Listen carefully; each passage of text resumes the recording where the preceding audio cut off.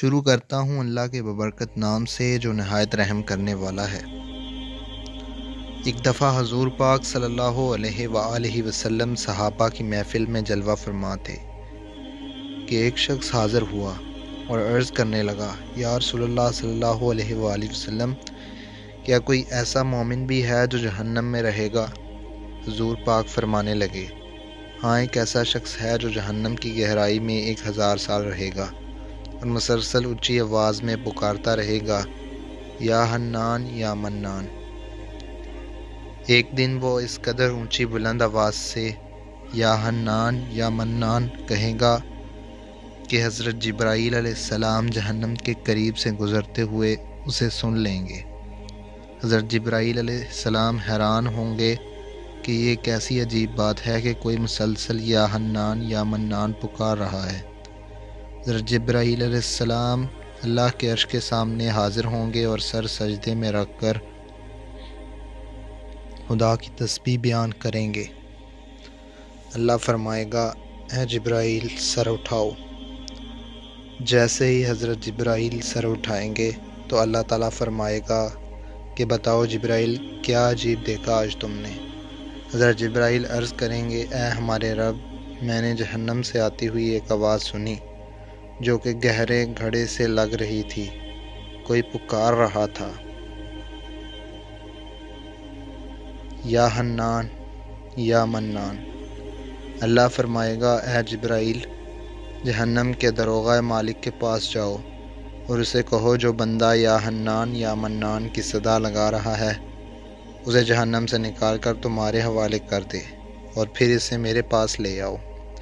حضرت جبرائیل علیہ السلام جہنم کے دروازے پر تشریف لے جائیں گے اور دروازے پر دستک دیں گے۔ حضرت مالک باہر آئیں گے۔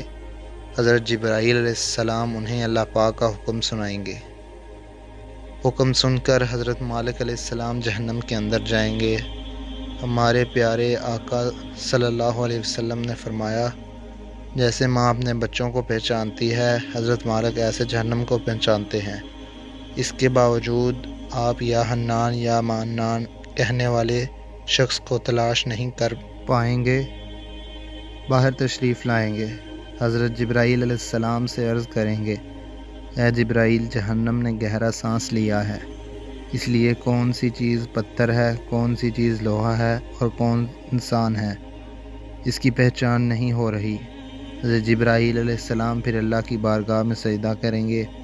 اللہ پاک ارشاد فرمائے گا، اے جبرائیل سر اٹھاؤ، تم یا حنان یا منان کہنے والے کو کیوں نہیں لائے؟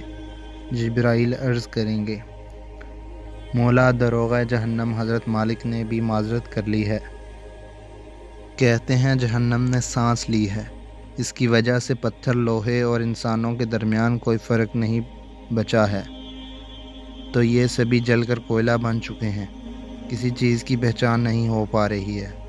اللہ پاک فرمائے گا، جبرائیل، مالک سے کہو میرے بندہ جہنم کے فلاں گڑھے میں فلاں کونے میں اس طرح پڑا ہوا ہے۔ حضرت جبرائیل جہنم کے دروازے پر جائیں گے، حضرت مالک کو یا حنان یا منان پکارنے والے کا پتہ بتائیں گے۔ حضرت مالک جہنم کے اندر جائیں گے اور دیکھیں گے کہ ایک شخص ہے، اس کے پاؤں اس کی پیشانی کے ساتھ اور ہاتھ گردن کے ساتھ بندھے ہوئے ہیں اور جہنم کے سانپ بچھو اس کے ساتھ لیٹے ہوئے ہیں۔ حضرت مالک ان کی زنجیریں توڑ دیں گے اور جہنم سے نکال کر حضرت جبرائیل علیہ السلام کے حوالے کر دیں گے۔ حضرت جبرائیل سے عرش الہی کے سامنے لے کر حاضر ہوں گے، سر سجدے میں رکھیں گے۔ اللہ پاک فرمائے گا، اے جبرائیل سر اٹھاؤ۔ جبرائیل علیہ السلام سر اٹھائیں گے۔ اب اللہ پاک اس بندے سے فرمائے گا، اے بندے، کیا میں تیری بہترین تخلیق نہیں کی تھی؟ کیا میں نے تیری طرف رسول نہیں بھیجے تھے؟ کیا ان رسولوں نے تمہیں میری کتاب نہیں سنائی تھی؟ کیا میرے رسولوں نے تجھے نیکی کا حکم نہیں دیا تھا؟ تجھے برائی سے منع نہیں کیا تھا؟ وہ بندہ ساری باتوں کو ماننے گا، اقرار کرے گا، یا اللہ تو نے میری بہت اعلیٰ تخلیق فرمائی، تیرے رسول بھی تشریف لائے، انہوں نے تیرے احکام بھی سنائے۔ اللہ پاک فرمائے گا پھر تو نے فلاں گناہ کیوں کیے؟ وہ عرض کرے گا یا اللہ میں نے اپنی جان پر ظلم کیا، جس کی سزا میں مجھے جہنم میں ڈال دیا گیا۔ اے اللہ اس کے باوجود میری امید نہیں ٹوٹی، مجھے تیری رحمت سے امید تھی، اس لیے میں یا حنان یا منان پکارتا رہا۔ مولا تو نے مجھے فضل سے جہنم سے نکالا ہے، یا اللہ مجھ پر رحم فرما دے۔ اللہ پاک فرمائے گا اے فرشتوں گواہ ہو جاؤ، میں نے اس بندے پر رحم کیا اور اسے معاف کر دیا۔ آئیں دوستو، سب اپنا اپنا محاسبہ کرتے ہیں۔ کیا ہم میں کوئی ایسا ہے کہ جو کہہ سکے کہ میں اپنے اعمال کا حساب دے سکتا ہوں؟ اپنے گریبانوں میں نظر ڈالیے، کوئی ایسی خوبی یا نیکی جس پر ہمیں یقین ہو کہ ہمیں دوزخ میں نہیں ڈالا جائے گا؟ ہزاروں سال کی عبادتیں بھی رد ہوتی دیکھی گئی ہیں، تو بس اللہ سے دعا کرتے ہیں کہ اے اللہ ہم جانتے ہیں